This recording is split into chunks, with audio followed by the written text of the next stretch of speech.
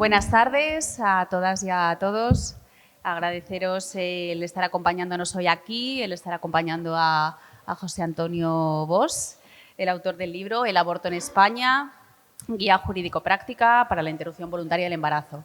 Tenemos también a Carmen Eva Pérez Ordieres y a Begoña Piñero, que bueno, prácticamente aquí casi no necesitan ni presentación, ellas dos. Bueno, José Antonio es abogado, es el asesor jurídico de las clínicas que formamos ACAI, la Asociación de Clínicas Acreditadas para la Interrupción del Embarazo.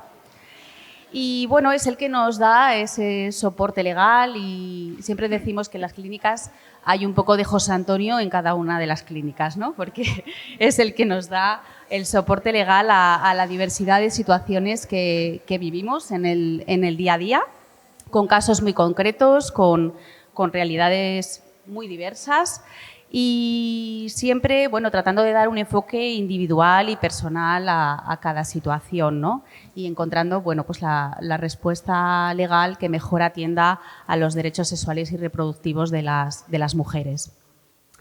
Y de eso va un poco este libro, ¿no? Tras un breve recorrido histórico por la normativa y la evolución, ¿no?, de la normativa de aborto provocado, y que nos permite un poco entender cómo hemos llegado a la normativa actual, pues en el libro también se abordan cuestiones muy importantes como la atención a los menores de edad, al derecho y a la intimidad de las mujeres y a la confidencialidad. Incluso también aborda posiciones contrarias al aborto.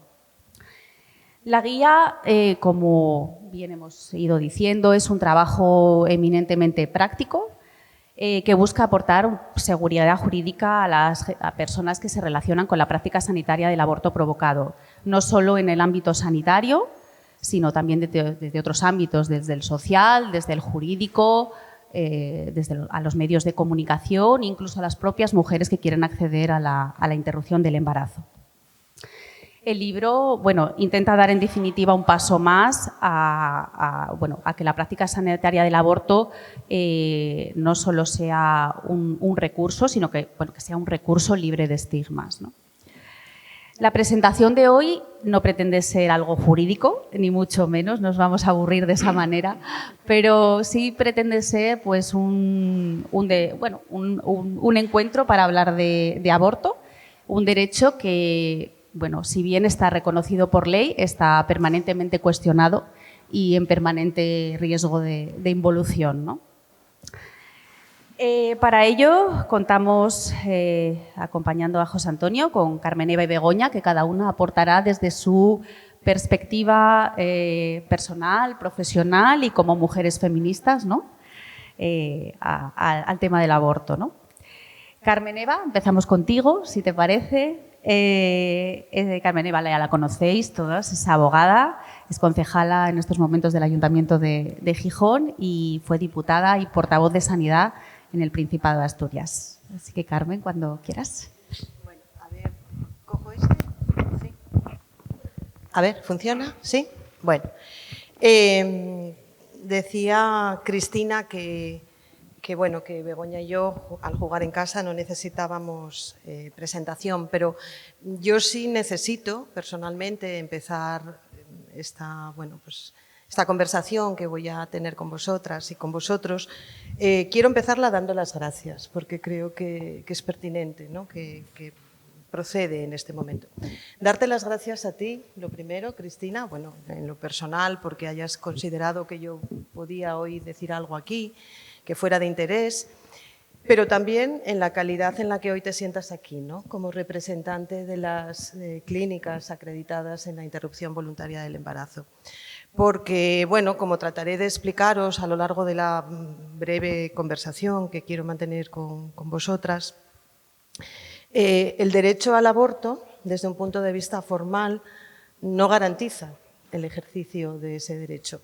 Y, bueno, para que nos pongamos un poco en perspectiva, aproximadamente, no creo que hayan cambiado mucho los porcentajes, aproximadamente el 86% de las interrupciones voluntarias del embarazo en España se hacen en clínicas privadas, por diferentes motivos que luego veremos, y solo el 15%, por tanto, en hospitales públicos. Por lo tanto, en la representación que ostentas, gracias. Gracias también, como no, a Begoña, también en lo personal coincidimos en muchos espacios, pero también en la calidad en la que hoy se sienta aquí, ¿no? Y en lo que representa. Y pongo sobre ella pues a muchísimas mujeres, algunas de ellas muy anteriores a nosotras, que han entendido que la defensa de los derechos de las mujeres era una materia fundamental, una materia básica para su propia vida y que han hecho de ello su propio objetivo de vida, ¿no? Por tanto, gracias. Y gracias también a José Antonio. Y ahora ya entro en el libro. Y le decía, cuando hablaba con él por teléfono hace unos días, que iba a destripar un poco el libro. A él me dijo que no le importaba demasiado. Mirad, lo primero, bueno, se celebra este acto en la semana en la que se celebra también el Día Internacional de la Salud de las Mujeres. Mañana en Oviedo va a tener lugar el primer foro de la salud de las mujeres. Y esta idea, este Día Internacional, surge precisamente en una reunión internacional en la que se está hablando de derechos sexuales y de derechos reproductivos, ¿no? José Antonio Bosch publica un libro, la fecha de publicación creo que es el año 2023, tiene por tanto un año. Y fijaros, una gran parte de los libros jurídicos, una vez que se publican, pueden transcurrir 100 años sin que nada cambie. Eso es hasta habitual, ¿no?, en la literatura jurídica. Sin embargo, esta publicación, que es tan reciente, se ha producido a primeros del año pasado, en algunos aspectos ya ha sido impactada por la jurisprudencia posterior, por sentencias del Tribunal Constitucional de las que luego nos hablará José Antonio. En concreto, dos sentencias.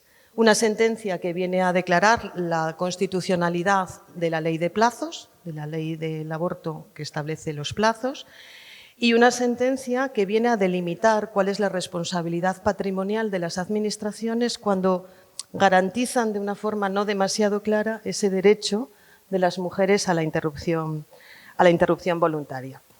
Yo además a José Antonio quiero darle las gracias y a ver si consigo explicar esta idea, luego me diréis si fui capaz, ¿no? Quiero darle las gracias por el ejercicio que ha hecho para no contar cosas en el libro. Y veréis, os lo explico. El libro es una guía práctica.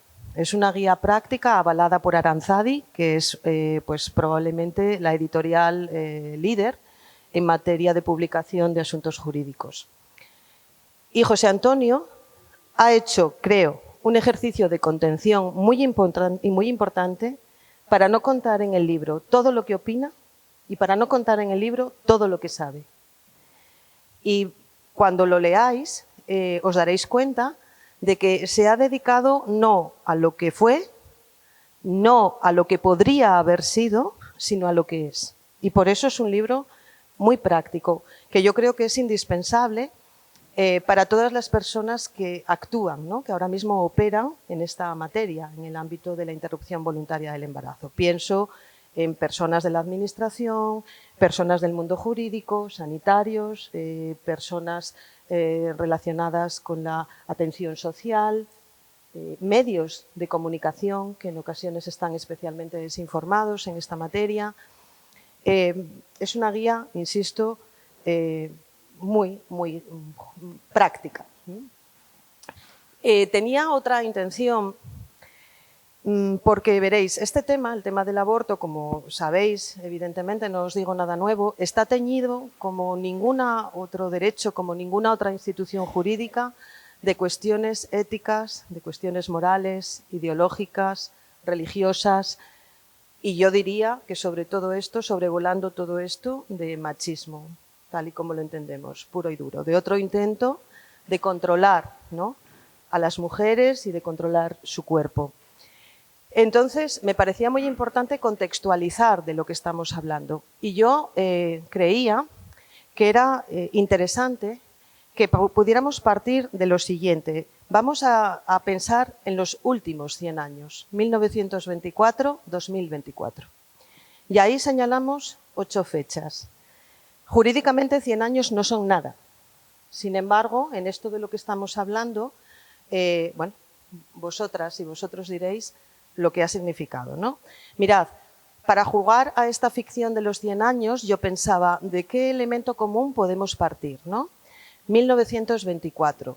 En los primeros años del siglo XX se sitúa la trama de la obra de teatro que escribe Federico García Lorca, Bernarda Alba, ¿no? Una obra que narra, como pocas seguramente, un ambiente en el que un ambiente asfixiante, un ambiente de condena, de sospecha permanente, de humillación, en el que viven las mujeres, ¿no? Esa obra tiene un pasaje especialmente intenso en el que la criada, Poncia, llega corriendo a la casa de Bernarda Alba y dice que la hija de la librada, que se había quedado embarazada de soltera y de un padre desconocido, de un hombre desconocido, había abortado a su hijo y unos perros que habían descubierto los restos, habían llevado esos restos a la puerta de su casa y la obra, el pasaje, discurre con frases del siguiente tipo, ¿no? Dice, nacer mujer es el peor castigo, ni los ojos nos pertenecen. Y a la hija de la librada, dice Poncia, le van siguiendo con varas y azadones para matarla.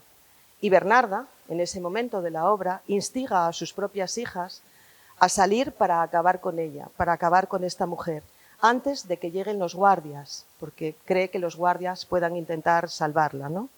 Y dice Bernarda, carbón ardiendo en el sitio de su pecado. Esto es cómo se trata, ¿verdad? Este tema vamos a situarlo en ese año 1924.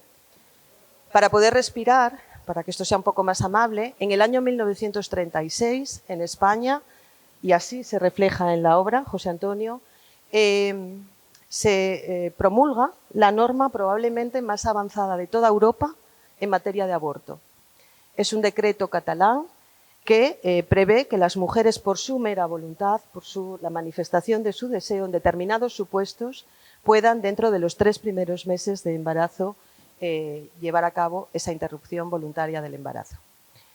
En ese mismo año, la ministra de Sanidad, Federica Montseny, intenta extender, o mejor dicho, intenta promulgar una norma propia que sirva para todo el Estado, pero, fijaros, empezamos otra vez con las tristezas, ¿no? Largo Caballero, digamos que movido por otros ministros de su gabinete, considera que no es el momento y guarda ese proyecto en un cajón. Federica Montseny, entonces, que parece que era una mujer inasequible al desaliento, dice, bueno, pues si no me dejas promulgar una norma nueva, lo que hago es extender este decreto y aplicarlo en toda España. De poco sirvió porque poco tiempo después estalló la Guerra Civil y tenemos ya dos fechas, 1924, Bernarda Alba, 1936, este decreto, 1941, el franquismo, la dictadura y todo lo que ello supuso, ¿no? Y si en 1936 el decreto catalán decía que esa interrupción voluntaria del embarazo se contemplaba no solo por razones de salud pública, para evitar que las mujeres murieran desangradas en abortos clandestinos, decía, lo hacemos también por una razón, podríamos decir, de política pública, porque había que, de alguna forma, decía en aquel momento aquel consejero catalán, hay que controlar la natalidad. Pues fijaros, 5 años después, en 1941, la norma franquista prohíbe, por supuesto, el aborto, prohíbe la anticoncepción y además lo hace aplicando otra política pública que dice, tiene que crecer la raza española. Quedaros con esta idea porque creo que es importante. Volveremos sobre ella. Después de estas fechas, en el año 1978 se despenaliza la anticoncepción. No el aborto, pero sí la anticoncepción. Y En el año 1985 tiene lugar la primera reforma del Código Penal para despenalizar, acordaros, determinados supuestos eugenésicos, grave riesgo para la mujer embarazada. Se produce esa primera despenalización. De ahí vamos al año 2010, el que se aprueba la ley de plazos con 184 votos a favor y 158 votos en contra. Ley que intenta modificar Alberto Ruiz Gallardón, y ahí yo creo que Begoña puede contaros una parte interesante de esta historia, y que curiosamente, también seguro que ya lo sabéis, pero para que las anécdotas cierren el círculo, fue su padre, el padre de Alberto Ruiz Gallardón, quien había planteado el primer recurso contra la despenalización de determinados supuestos del aborto en el Código Penal. Y bien, ya del 2010 pasamos al año 2023, en los que, digamos, se modifica esta última ley de 2010, pero en aspectos ya que tienen que ver no con la esencia fundamental de cuál va a ser la regulación del aborto, que está sometida a esa norma de plazos, sino eliminando cuestiones, por ejemplo, como los días de reflexión, modificando la información social que se da a las mujeres o el permiso de las menores. Bueno, pues en 100 años, estas 8 fechas, ¿no? Yo creo que es importante hacer esa línea de fechas.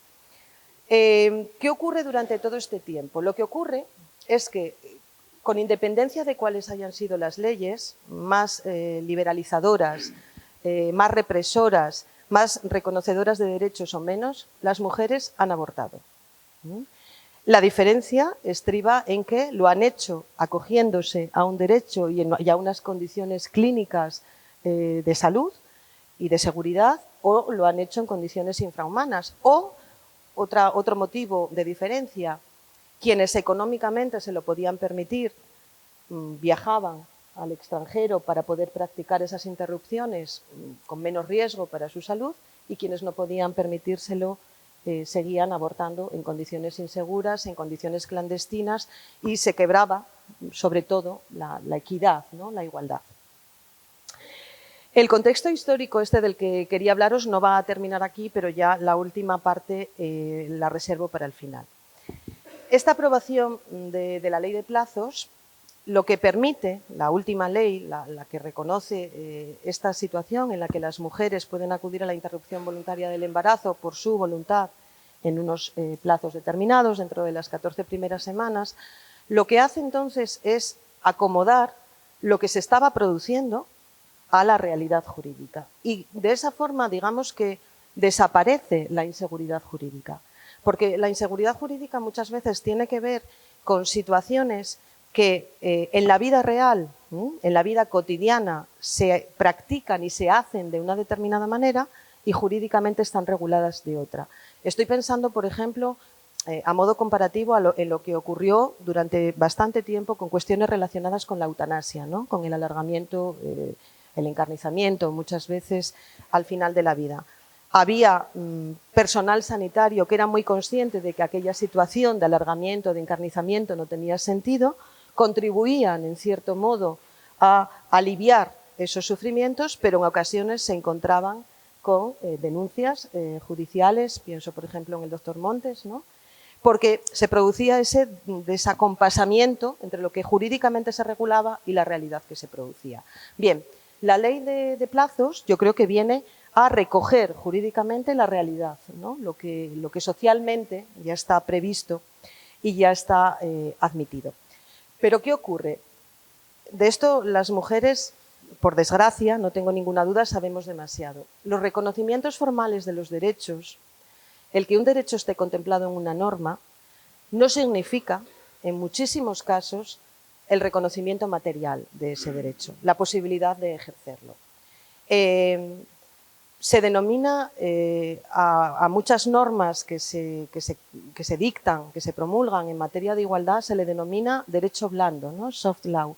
Yo a veces pienso que más que derecho blando puede ser incluso derecho vacío, ¿no? Porque son normas que se promulgan, se dictan, pero no se aplican. Y lo que es peor, no tienen consecuencias jurídicas su inaplicación, ¿no? Con esto de la interrupción voluntaria del embarazo y la ley de plazos, corríamos el mismo riesgo, ¿no? Que era tener un reconocimiento jurídico que acomodaba la realidad social y la realidad normativa, pero se necesitaban muchas más cosas. ¿Por qué? Porque en este ámbito influyen como mínimo 3 actores fundamentales, que son las administraciones sanitarias, las mujeres y también bueno, los operadores en general del ámbito interpretativo, del ámbito jurídico. Es decir, se necesitaba la confluencia de una serie de cuestiones para que se pudiera desarrollar ese derecho. Y yo creo que libros como este de José Antonio Bosch permiten que se vaya desarrollando. Veréis, es más fácil de entender cuando os ponga ejemplos, ¿no?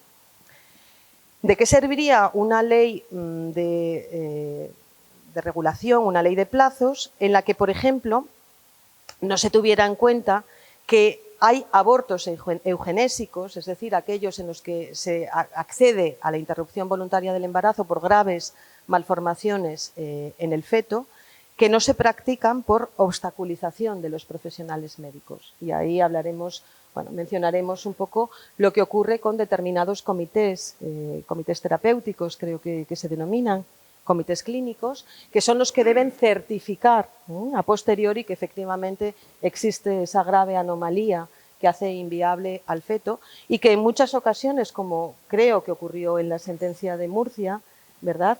Lo que hacen es dilatar o entorpecer esas declaraciones para que la mujer no lleve a cabo esa interrupción voluntaria, condenando, la mayor parte de los casos, a que las mujeres que pueden vayan a realizar esta interrupción fuera de las fronteras españolas, ¿no? También tenemos que saber, por ejemplo, que hay comunidades autónomas que impiden a las inmigrantes indocumentadas acceder a la interrupción voluntaria del embarazo.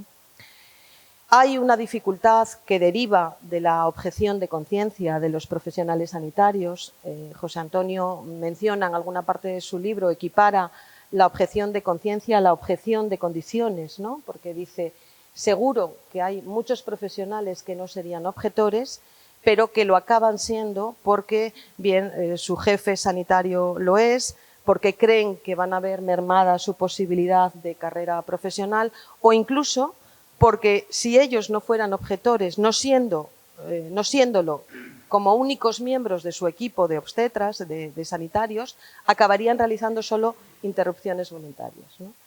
Bien, en este sentido, por ejemplo, yo creo que es también interesante que sepamos, en el libro se menciona que el Principado de Asturias, digamos, desarrolla buenas prácticas en esta materia, de tal forma que con la simple tarjeta sanitaria las mujeres pueden acudir a las clínicas acreditadas y son ya las clínicas las que luego se encargan de llevar a cabo todo el papeleo y toda la tramitación para que esto se lleve a cabo como prestación que es del Servicio Nacional, ¿no? Sin embargo, hay otras comunidades autónomas que ponen peros, que ponen dificultades, ¿no? Cantabria, por ejemplo, es una de esas comunidades en las que los abortos de hasta 9 semanas, la mujer, pese a que la ley diga que tiene derecho de elección, no puede elegir, porque en esta comunidad autónoma se impone el aborto médico, el aborto farmacológico, ¿no? Que, bueno, se menciona en el libro, tiene un 4% más de posibilidades de fallos, mayores sangrados, mayores dolores, en fin, en algunas ocasiones, mayores riesgos. ¿Qué más os podría contar y de qué más habla el libro? Pues lo que hablábamos antes, ¿no? De los comités clínicos, por ejemplo, comités clínicos que en ocasiones obstaculizan esa interrupción voluntaria en casos de graves malformaciones y de los que desconocemos, por ejemplo, que las mujeres que solicitamos esa interrupción voluntaria podríamos escoger libremente a uno de sus miembros. Ese derecho es un derecho, en principio, bastante desconocido. En el libro se aclara de forma interesante. Se dedica un apartado muy amplio a todo lo que tiene que ver con las mujeres menores de edad, atendiendo a una casuística elevadísima, mujeres tuteladas, en fin, casos en los que hay discrepancia de opinión en torno a la interrupción voluntaria entre ambos progenitores. Es importante también para ese desarrollo material del derecho la confidencialidad de la mujer. que la mujer puede hacer todo esto en situación de confidencialidad. Y ahí surge un debate muy interesante acerca de la propiedad de la historia clínica, ¿no? Y de cómo se puede compartir esa historia clínica, de las altísimas medidas de seguridad que a ese respecto tienen que tener las clínicas, en qué supuestos se pueden pedir esas historias. Y aquí entra también algo en lo que el Tribunal Constitucional nos ha dado media alegría hace poco, que tiene que ver con el acoso de las mujeres a las puertas de las clínicas. Algo de eso sabéis, ¿verdad, Cristina? Fijaros, en el año 2018, en una encuesta realizada por las clínicas acreditadas, tras entrevistar a 300 mujeres que habían acudido a abortar, el 89% de esas mujeres decían que se habían sentido acosadas y el 66% amenazadas. Cuando se discutió la ley en el Congreso, parecía que aparecía como una solución fácil el establecimiento de una zona de seguridad en torno a las clínicas, una especie de perímetro de seguridad, que es la solución que, por cierto, se adoptó en países como el Reino Unido, ¿no? En Reino Unido se prohibió incluso que las personas pudieran colocarse a rezar en silencio en las puertas de las clínicas. Así se refleja en la propia norma, ¿no? Y lo que se hizo fue establecer unos metros dentro de los cuales no pueden realizarse este tipo de concentraciones o este tipo de manifestaciones. El Tribunal Constitucional se pronunció acerca de esto porque, como no, Vox y los abogados cristianos habían presentado un recurso al entender que esa prohibición de acosar a las mujeres en las puertas de las clínicas, digamos que mermaba su derecho de reunión, su derecho de manifestación, sus derechos de expresión, y el Tribunal Constitucional, bueno, pues ponderando ambos derechos, les dijo que no tenían razón y que prevalecía el derecho de las mujeres y la confidencialidad, ¿no? Cómo no. Y el libro, bueno, por cierto, me parece interesante que sepáis también que esta idea de haber establecido esa zona de seguridad fue una enmienda presentada por el Partido Nacionalista Vasco, que no pude leer el debate parlamentario, pero que fue desestimada y que, sin embargo, parece que es la medida que va a permitir corregir que se sigan produciendo ese tipo de situaciones, ¿no? El libro deja pendiente el debate, aunque anuncia la posibilidad de que se produzca en otra obra, acerca de la objeción de conciencia, José Antonio, porque dejas ver, en una de las pocas intervenciones en las que se puede apreciar directamente tu opinión, dejas ver que dudas acerca de la posibilidad del reconocimiento de esa objeción de conciencia para un trabajador público, ¿no? Para un funcionario público. Como veis, todo esto al final, además, completado en la parte final de la obra por formularios que tratan de dar respuesta a cada una de estas hipotéticas situaciones que se pueden ir planteando, ¿no? Las personas que no son del ámbito jurídico muchas veces dicen, vale, pero ¿y cómo lo hago, no? Bueno, pues el cómo lo hago incluso también está resuelto, ¿no? Cómo puedo pedir una autorización para una historia clínica, cómo puedo pedir la designación de un médico para un comité ético, en fin. Finalizo ya, ¿no? Os decía antes que, bueno, que habíamos trazado ese contexto histórico de 100 años, que me parecía interesante para reflejar todo lo que habíamos avanzado. Lo cierto es que en el contexto actual, no os digo nada nuevo, lo sabéis sobradamente, se está produciendo una involución, ¿no? Una involución en materia de igualdad, una evolución en materia de reconocimiento de derechos sexuales y reproductivos, y por tanto yo creo que hay una amenaza, bueno, importante, seria y además extendida geográficamente acerca de lo que al fin y al cabo son sutiles interpretaciones, porque mira, quería que vierais esto, porque al fin y al cabo todos nuestros derechos residen en esto, ¿no? En esta sentencia. No sé si son 708, bueno, no llega a 100 hojas, ¿no? 90 y algo hojas. La sentencia del Tribunal Constitucional en la que decide, en la que los magistrados y magistradas deciden, no sin votos particulares, que la ley de plazos es una ley constitucional porque ¿qué es lo que hace el Tribunal Constitucional para declarar la constitucionalidad? Lo que hace casi siempre, ¿no? Pondera los derechos en juego y dice, hay por un lado unos derechos fundamentales de la mujer, derecho a la vida, a la salud, al desarrollo personal, y por otro lado un bien jurídico protegido que es el derecho del nasciturus, ¿no?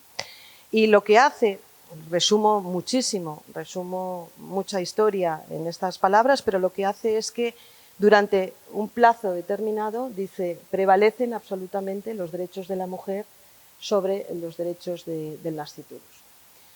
Esto es una interpretación y me temo que en la Constitución cabría esta ponderación y cabría otra, ¿no? Está pasando. En Estados Unidos se ha quitado la posibilidad de que exista esa regulación del aborto que existía a nivel de todos los estados y se ha dejado la regulación a cada estado.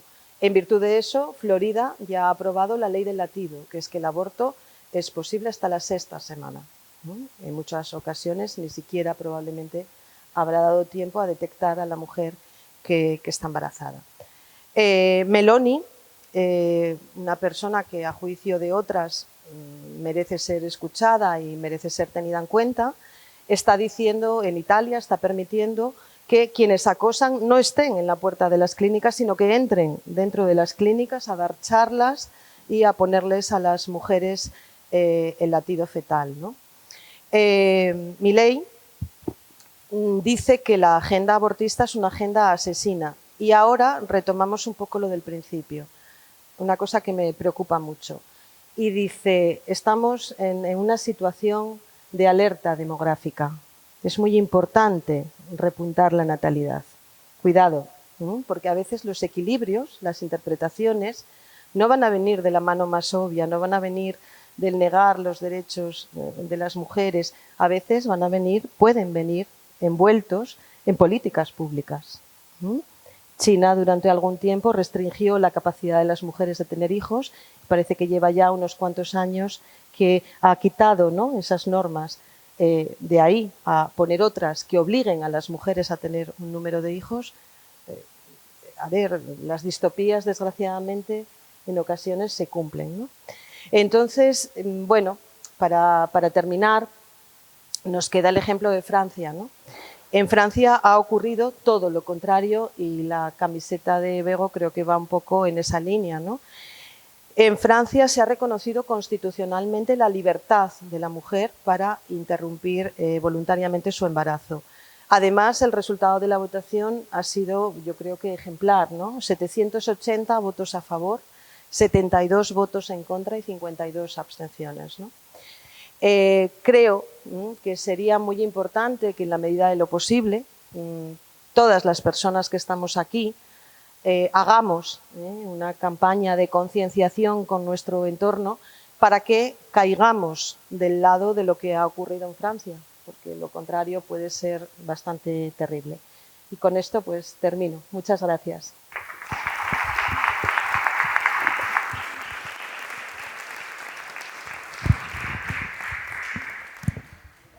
Bueno, muchas gracias, Carmen, porque bueno, has destripado el libro divinamente, te lo has estudiado divinamente. Yo, que José Antonio estaría encantado, vamos. Y bueno, porque además me parece muy interesante el hilo conductor que has hecho de todo, ¿no? Para hablar de todo, de todos los temas, además, importantes, yo creo. Bueno, vamos con Bego, nuestra Bego.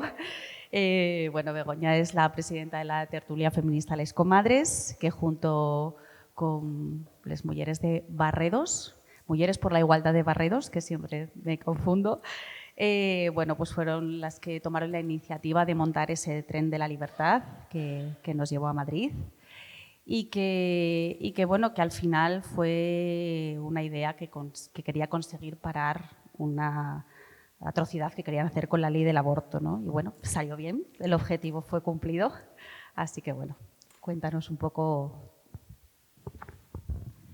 Carmen Eva relató 100 años, lo nuestro es un mes.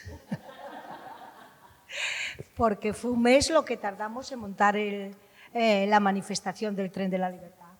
pero no fue un mes, no fue ni un mes ni la casualidad que saliera de Asturias, porque en Asturias había y hay mucha conciencia feminista, y el ABC del feminismo es entender que las mujeres somos las únicas que tenemos capacidad para ser madres.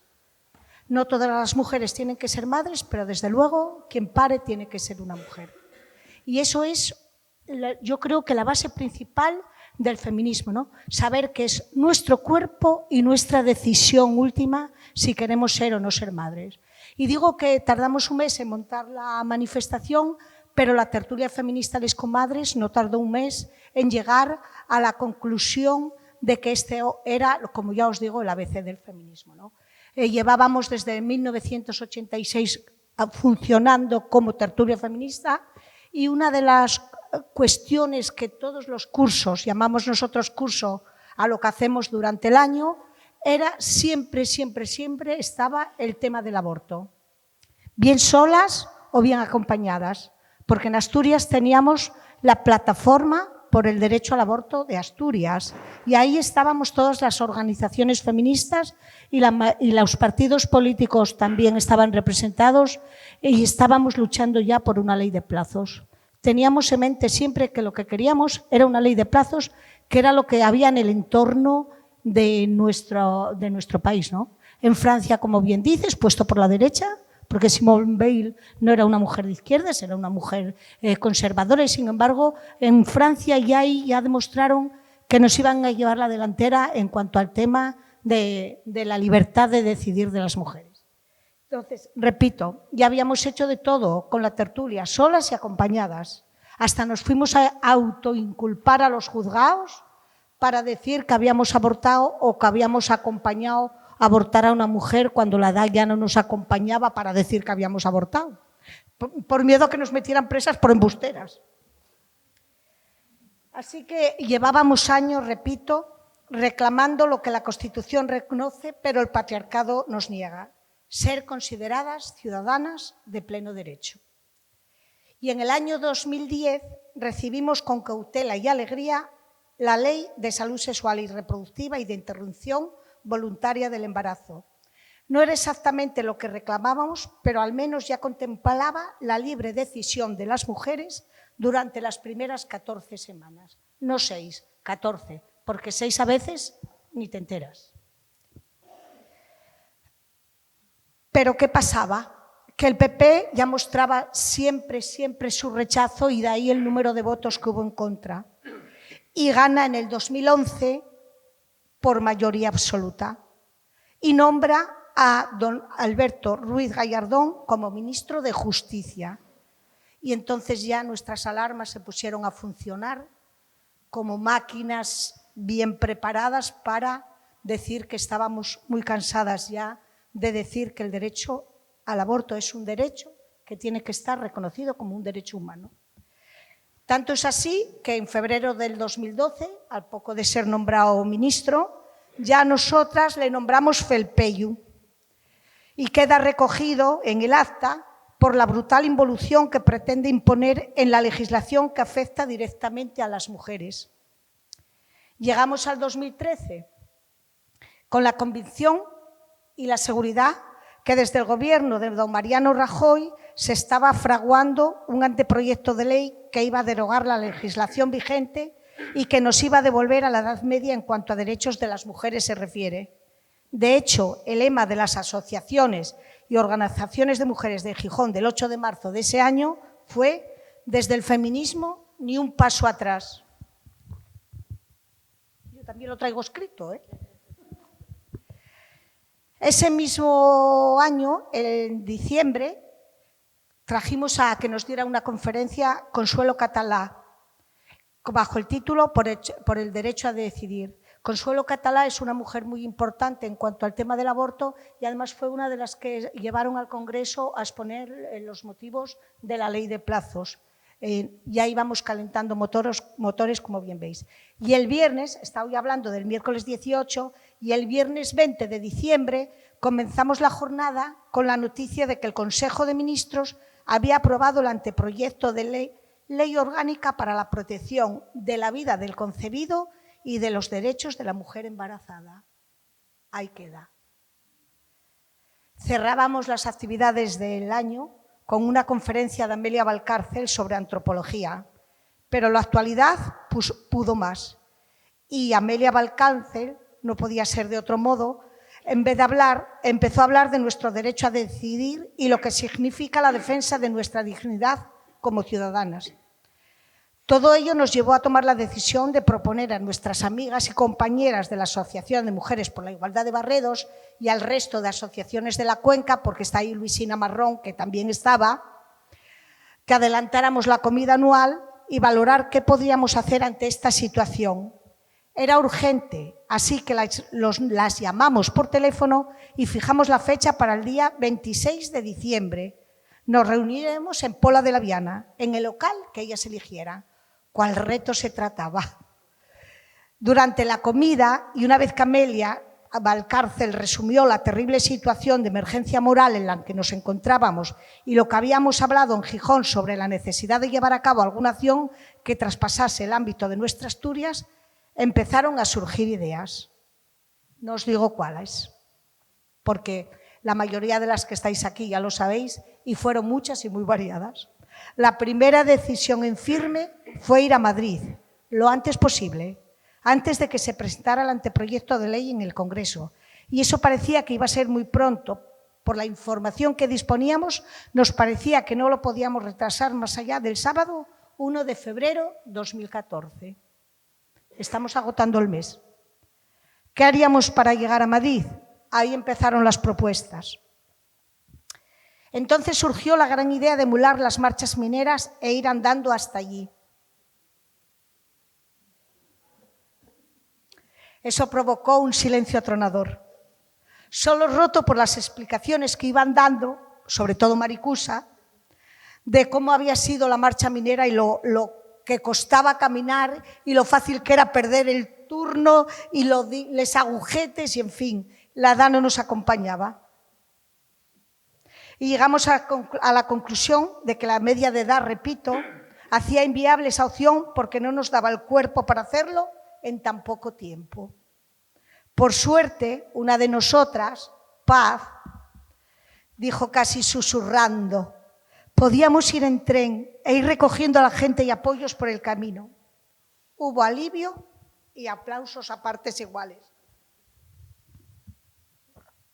Así que ya teníamos la fecha, el 1 de febrero, ya teníamos el medio de transporte, el tren, e incluso teníamos ya el nombre que salió de la misma persona, el Tren de la Libertad, por lo que los viajes en tren significan en muchas ocasiones para las mujeres camino a la libertad, camino a salir de situaciones que no nos son ajenas. Quedaba entonces una cuestión pendiente. ¿Qué íbamos a hacer en Madrid? Pues lo que fuera necesario y oportuno para hacer llegar a la clase política nuestra defensa de la vigente ley de plazos y nuestra frontal oposición a la vuelta a ley de supuestos del año 1985, o como proponía Gallardón, a una legislación incluso más restrictiva. Disponíamos tan solo de un mes para organizarlo todo, así que esa misma noche del 26 de diciembre pusimos la máquina en marcha, publicando en la página web y en el Facebook de la tertulia el siguiente texto. Reunidas en Pola de la Viana, fijaros que nosotras qué prestanza le dimos y todo. Reunidas en Pola de la Viana en nuestra celebración anual de amistad, las mujeres de la tertulia feminista Les Comadres y de Mujeres por la Igualdad de Barredos consideramos que la reforma de la ley del aborto planteada por el gobierno de Rajoy constituye un ataque injustificable a la libertad de decidir de las mujeres. Invitamos a la sociedad asturiana a sumarse a las acciones que se organicen desde los distintos grupos, asociaciones y colectivos de mujeres para conseguir la retirada de ese anteproyecto de ley.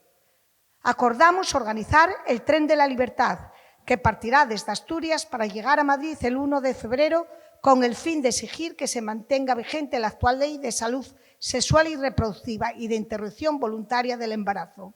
Hasta ahora todavía no nos habíamos venido arriba, estábamos normalines.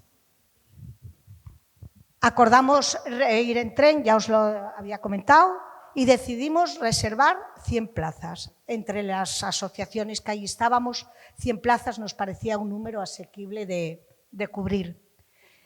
Reservamos 150, no sin disgusto por mi parte.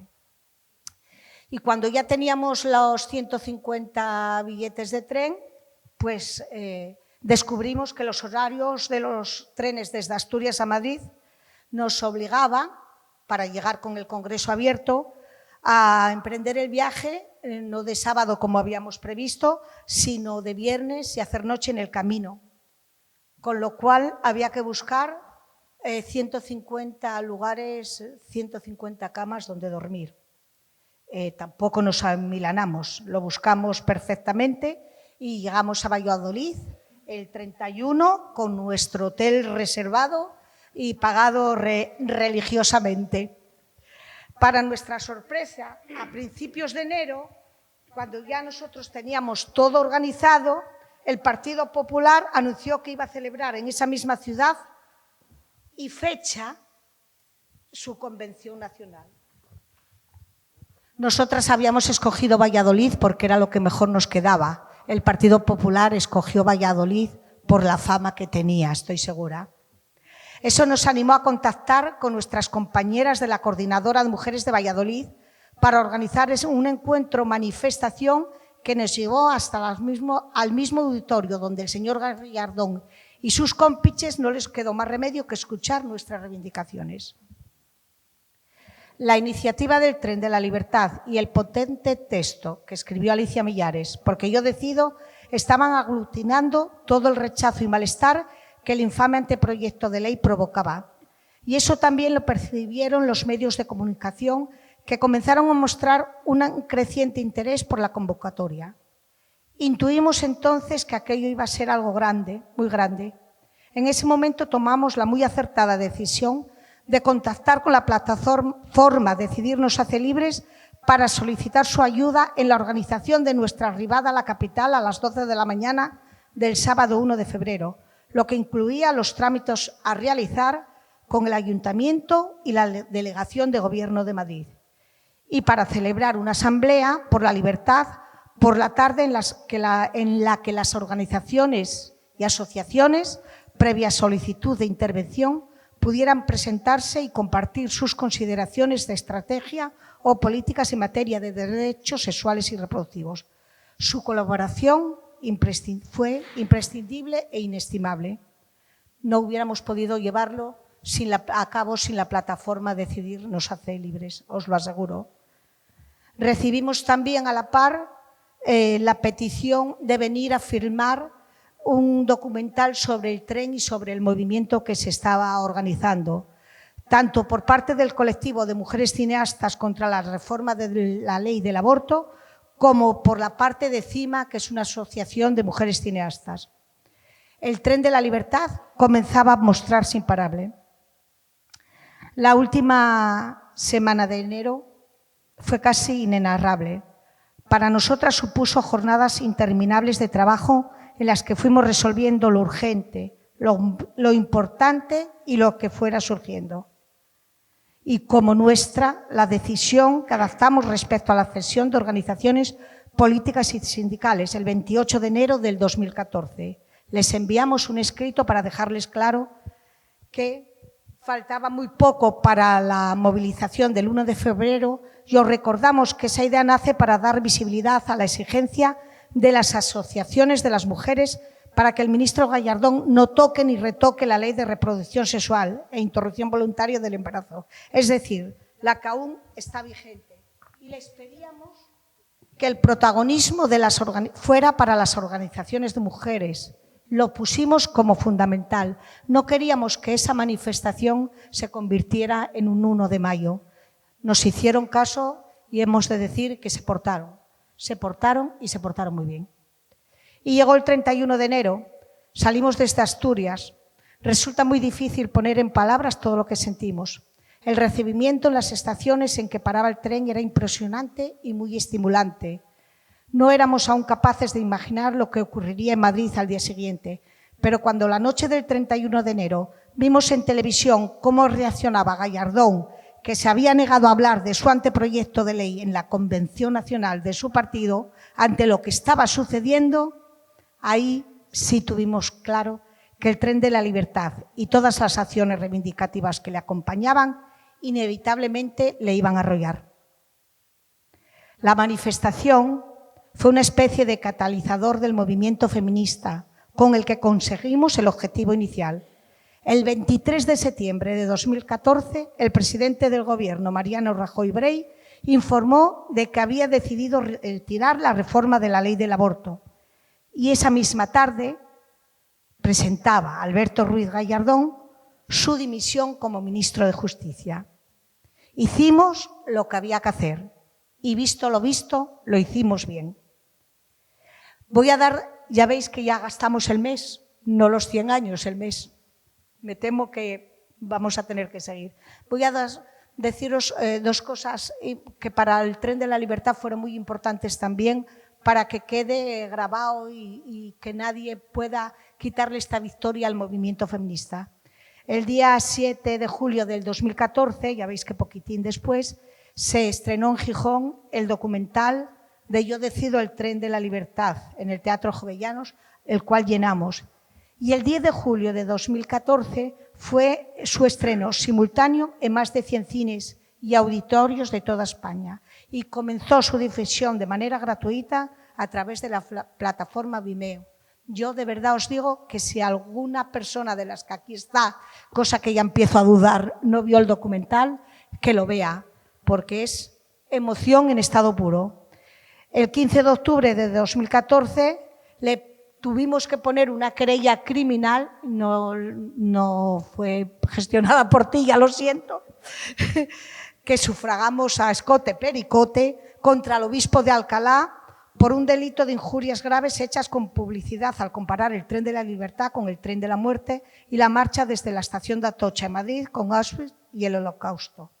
También tenemos un libro que llamamos El Tren de la Libertad y que va por la 3ª edición, donde recogemos más exhaustivamente cómo fue todo y donde en la última edición hay un compendio de Ana de Miguel donde cuenta qué pasó en estos 10 años, porque yo creo que en la historia de los derechos de las mujeres no hay que esperar 100 años. De 10 en 10 la vida nos da sorpresas. Y aquí seguimos. Y seguimos con esta campaña de ahora. Es una recogida de firmas a nivel europeo. Es mi voz, mi decisión. Tenemos que seguir gritando para que nos escuchen.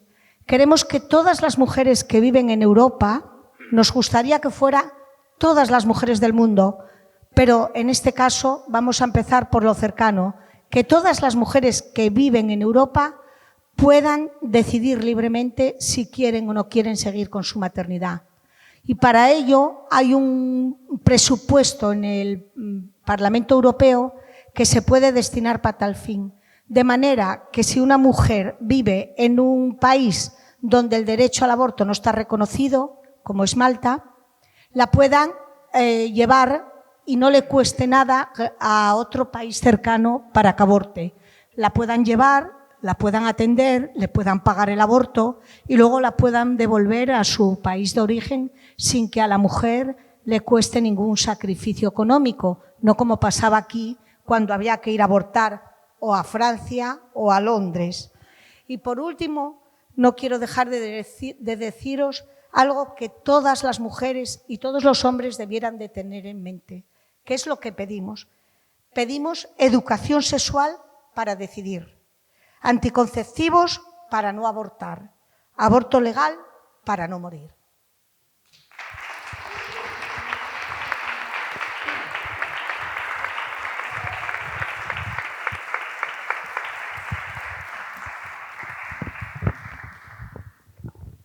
Bueno, gracias, Bego, por hacernos recordar 10 años atrás, que tú decías que se ponían los pelos de punta. Bueno, cumple los 10 años el tren y merecido homenaje hay que darle, ¿no?, por haber conseguido pues haber parado aquello que querían hacer con la ley.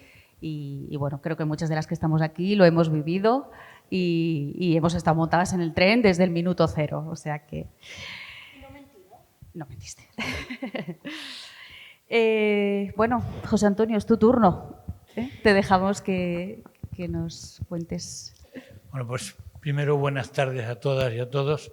Muchas gracias a las 3 feministas que se han prestado a presentar mi libro y, por supuesto, gracias a vosotras y vosotros que nos acompañáis. Yo voy a hablar muy poquito de mi libro, porque ya Carmen se lo ha leído estupendamente y os ha hecho un extracto magnífico. Simplemente apuntaros que es un poco el 2.500 consultas que he tenido que contestar en clínicas como las de Cristina a lo largo de 25 años, consultas puntuales en materia del aborto. Claro, eso me ha obligado a mí a irme sistematizando en las respuestas, a tener clara la normativa en cada momento y un poco fruto de eso ha salido el libro. O sea, el libro quizás lo ha empujado a CAI con esas 2.500 consultas. Y del libro ya no os voy a hablar más. Lo leéis, lo pedís prestado, lo bajáis de internet, y porque además quiero ser breve para que podamos debatir. Si quiero un poco ubicar los problemas que en un país como este, donde la ley del aborto es una ley muy garantista, es una buena ley en relación a muchísimos países, pero sí los problemas que veo en el horizonte. Completar un poco esa visión negra que señalaba Carmen de lo que viene en el mundo, yo os doy algunos datos más. Carmen hablaba que en Florida ya te obligan al latido fetal. En Estados Unidos en este momento hay 14 estados que está prohibido el aborto totalmente y al día de hoy ya hay 5 que no se puede realizar el aborto después de la semana sexta. Pero es que en Polonia, en Europa, el aborto es absolutamente restrictivo. En Hungría es obligatorio el latido letal. En Italia, como bien ha dicho la señora Meloni, ha empujado a los antiabortistas. Pero en España, en mi comunidad, en Andalucía, en los últimos 3 ejercicios se han gastado 1.700.000 euros públicos en subvencionar asociaciones antiabortistas. O en Valencia, el ayuntamiento hace escasamente un mes y medio ha organizado unas jornadas antiaborto en las que, entre otras cosas, ha llevado a niños de un colegio concertado para adoctrinarlos en esa política antiaborto. Podría citaros Zaragoza, Cáceres, el último que he conocido, el Ayuntamiento de Almendralejo, que también financia asociaciones abortistas, y así un larguísimo etcétera. Es decir, efectivamente hay unos nubarrones antiderechos que no solo es en España, sino que es una cuestión global. Ese es un problema. El otro problema con el que nos enfrentamos. Bueno, como os decía, tenemos una ley orgánica que tiene ámbito estatal y que entonces es para todas las españolas, pero tiene interpretación autonómica y tiene aplicación autonómica. ¿Eso qué quiere decir? Pues quiere decir que en España, si recordáis, somos 17 autonomías con distintas sensibilidades y distintos políticos, hoy algunas mucho más escoradas a la derecha que en otro tiempo, y eso quiere decir que a la hora de aplicar esa norma, pues se establecen disfunciones. Carmen ponía el ejemplo de que cualquier ciudadana o cualquier mujer que pase por una clínica en Asturias tiene derecho a esa prestación. Y además la tiene con calidad y con intimidad. Bueno, yo os puedo decir, por ejemplo, que, sin ir más lejos, en Murcia cualquier mujer que aborte queda registrado su aborto en todo su historial clínico, queda registrado su aborto en los ficheros del Servicio de Salud murciano, no se destruye a los 5 años como dice la norma, es decir, no se respeta su intimidad. Puedo deciros que yo no he abortado nunca, como comprenderéis, y además no soy médico. Entonces es muy difícil para mí decir qué aborto es mejor, si el farmacológico o si el método instrumental. No lo sé, pero soy jurista. Y entonces sé que la ley dice que la mujer tiene que recibir información de todos los métodos y además tiene el derecho a escoger cuál quiere. Eso es lo que dice la ley. Yo no sé si es mejor uno o es mejor otro. Lo que sí sé que obligatoriamente tengo que darle las opciones. Bueno, pues en Cantabria, que es comunidad vecina, la que quiera abortar antes de las 12 semanas tiene que ser farmacológico. En Baleares, por supuesto, las primeras 14 semanas, farmacológico. Y no hay más tutía. Y si lo quieres de otra manera, te lo pagas. Pero no solo es que tengan que abortar por ese método concreto, es que ni tan siquiera se las informa de que existen otros métodos. Estas diferencias de comunidades, bueno, ni que decir tiene que si os hablo de Castilla-León, pues como no abortes en León o en Valladolid, en el resto de la comunidad no hay ninguna ciudad que se aborte. Y así sucesivamente os podría ir poniendo ejemplos. Digamos que ese es uno de los riesgos que tenemos en España con la ley, una magnífica ley, pero que tenemos que se va interpretando en las comunidades, cada una a su aire y a su sensibilidad. Esa es una de las primeras alarmas que os pongo sobre la mesa. Dentro de esa magnífica ley, y lo apuntaba Carmen, bueno, hay aproximadamente en España anualmente entre 100 y 198 mujeres, entre 100 y 150 mujeres. Os podrá parecer poco, pero bueno, son las que hay, que habían decidido ser madres, que han empleado muchísimos recursos en ser madres y cuando consiguen ser madres, la mayoría de ellas, después de muchos esfuerzos, se encuentran que tienen que abortar porque tienen un problema en el feto. Bueno, esas mujeres se enteran tarde, generalmente. Se enteran todas después de la semana 20, porque hasta la semana 20 no es obligatoria determinadas pruebas. Y muchas veces se enteran en comunidades donde hay una sensibilidad negativa hacia el aborto, con lo cual el médico empieza a decirle, bueno, vamos a repetir las pruebas porque a veces las pruebas se equivocan. Bueno, tampoco es tan grave, bueno, espérate. Y cuando se dan cuenta, tienen la semana 24, la semana 26, que pasar por un comité clínico y por un comité clínico pasan aproximadamente al año entre 200 y 400 mujeres, el 50% con ellas, unos años el 30% otras, no superan el comité clínico. ¿Qué hacen esas mujeres? Pues esas mujeres salen fundamentalmente a Bélgica, salen al extranjero, porque hay una cosa que decía Carmen y que yo os digo y que además dice la OMS y que además dice la historia. Cuando una mujer quiere abortar, aborta. Incluido los países donde está prohibido el aborto. En España hay una circular de la Fiscalía General del Estado del año, creo que es del año 79, del año 80, que llama la atención al gobierno diciéndole, oiga, en este país que el aborto es un delito, en este país que el aborto está prohibido, hay más de 200.000 mujeres que abortan todos los años. ¿Qué pasa? Bueno, pues lo que pasa es que cuando una mujer quiere abortar, aborta.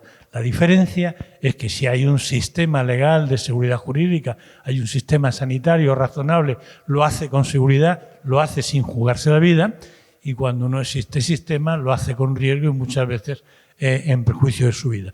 Bueno, pues os decía, estas mujeres, estas entre 100 y 200 mujeres al año, están expulsadas del sistema porque la ley diseñó unos comités clínicos, unos comités científicos que en algunas comunidades creen que son comités éticos y entonces toman la decisión en función de sus criterios éticos y no en función de la gravedad de la enfermedad, que es lo que tendrían que decidir. Bien, pues ese digamos que es otro de los escollos que había que trabajar y que habría que conseguir de alguna manera una normativa donde estuviesen protocolizados esos comités clínicos. Tenemos otro escollo que es el de la objeción de conciencia. Yo personalmente, yo niego el derecho a la objeción de conciencia del funcionario público. El funcionario público yo entiendo que no puede tener objeción de conciencia porque le pagamos un salario por hacer un servicio. Yo no me imagino un bombero que porque sea católico diga que no apaga una sinagoga, no se me ocurre pensarlo, ni me imagino un enseñante que diga que no enseña en la historia de la religión la existencia del ateísmo de los evangélicos porque él resulta que es islámico, ¿no? Es decir, porque el funcionario público se debe a su trabajo y el médico no deja de ser un funcionario público, alguien que vive del dinero público. Si usted no quiere ser ginecólogo, no sea ginecólogo, si no hay ningún problema. Pero si usted es ginecólogo en un hospital donde se atienden partos, pues atienden partos y abortos. Bueno, eso no está así, eso es una opinión personal. Hay muchísimos juristas que dicen que esto que digo yo es una barbaridad. Yo personalmente ese tiempo que me he tomado, me lo he tomado porque quiero estudiarlo a fondo desde un punto de vista jurídico, pero eso nos está generando problemas. Nos está generando problemas porque al arbur de la objeción de conciencia lo que viene pasando es que muchísimos hospitales no prestan servicio y no prestan servicio de una manera un poco extraña porque una objeción de conciencia colectiva es muy complicado. Se supone que la objeción de conciencia es un derecho personal, es de mi conciencia y yo individualmente voy y digo, mira, yo no quiero abortar. Pero lo que viene pasando en los hospitales es que a lo mejor el jefe de servicio dice, aquí no abortamos y entonces todo el servicio no quiere abortar. Entonces, bueno, sabéis que surgió o la nueva ley introdujo el registro de objeción de conciencia. La mayoría de las comunidades autónomas siguen sin desarrollar ese registro. Bueno, de alguna manera digamos que ahí tenemos otro fleco pendiente. Me he propuesto no pasarme de 12 minutos 15 y no me voy a pasar para que haya lugar al debate. Deciros simplemente que, bueno, esos son los flecos que nos quedan dentro de que estamos en un país que tenemos que decir, afortunadamente, que tenemos una buena normativa, magnífica normativa y más si miramos en el entorno. Por terminar un poco situando la campaña de Begoña, en Europa tenemos un problema. En Europa tenemos un problema que el Tribunal Europeo de Derechos Humanos no reconoce el derecho al aborto, no reconoce los derechos sexuales y reproductivos como derecho humano.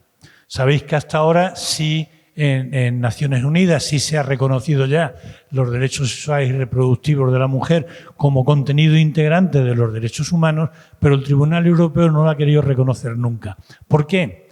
Pues porque este sesgo con el que nos acercamos todos al aborto, claro, le ha hecho ser muy conservador y dice, bueno, es que en Malta está prohibido el aborto, es que en Polonia los supuestos, si yo me pronuncio, y entonces han salido siempre con unas resoluciones raritas en las que dicen, bueno, vamos a ver, yo no digo ni si el derecho al aborto está incluido o no dentro de los derechos de la mujer y muchísimo menos dentro de los derechos fundamentales. Yo lo que digo que en aquellos países que haya una normativa relativa al aborto, tienen que cumplirla.